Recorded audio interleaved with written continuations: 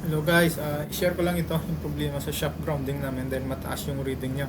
So umaabot na siya ng 75. So nag-alarma na to. So umaandar pala yung main engine namin dito.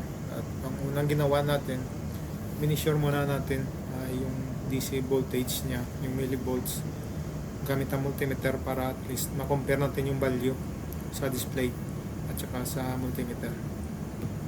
At dito, makikita natin na nag-coincide naman yung reading sa multimeter at saka yung sa display.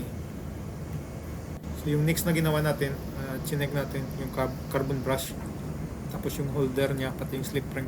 So far malinis naman ito at yung length ng carbon brush okay pa naman.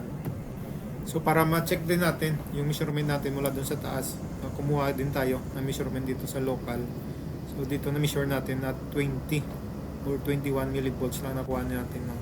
So malayo to dun sa display. Kaya ang next natin ginawa, minisure natin yung resistance ng mga kable natin tsaka yung continuity. At mayroon tayong nakita na medyo mataas yung value, halos mga 20 ohms. So kaya naapektuhan pati yung reading niya, no?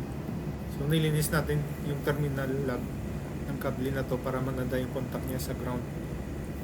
So simpleng troubleshooting lang to, di naman masyadong komplikado. Yun nga lang, dapat meron kang patience sa paghanap nito.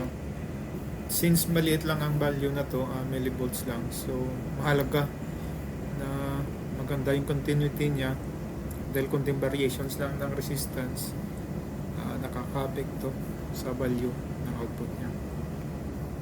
So dito, hinigpitan natin namigay yung terminal at inayos natin ito. At bumaba na rin yung reading niya sa mga 40, 45. So hindi siya exactly the same dun sa baba na 20. Pero sa ngayon, okay lang muna yan dahil may hirap pa gumalaw dahil umandar yung main engine.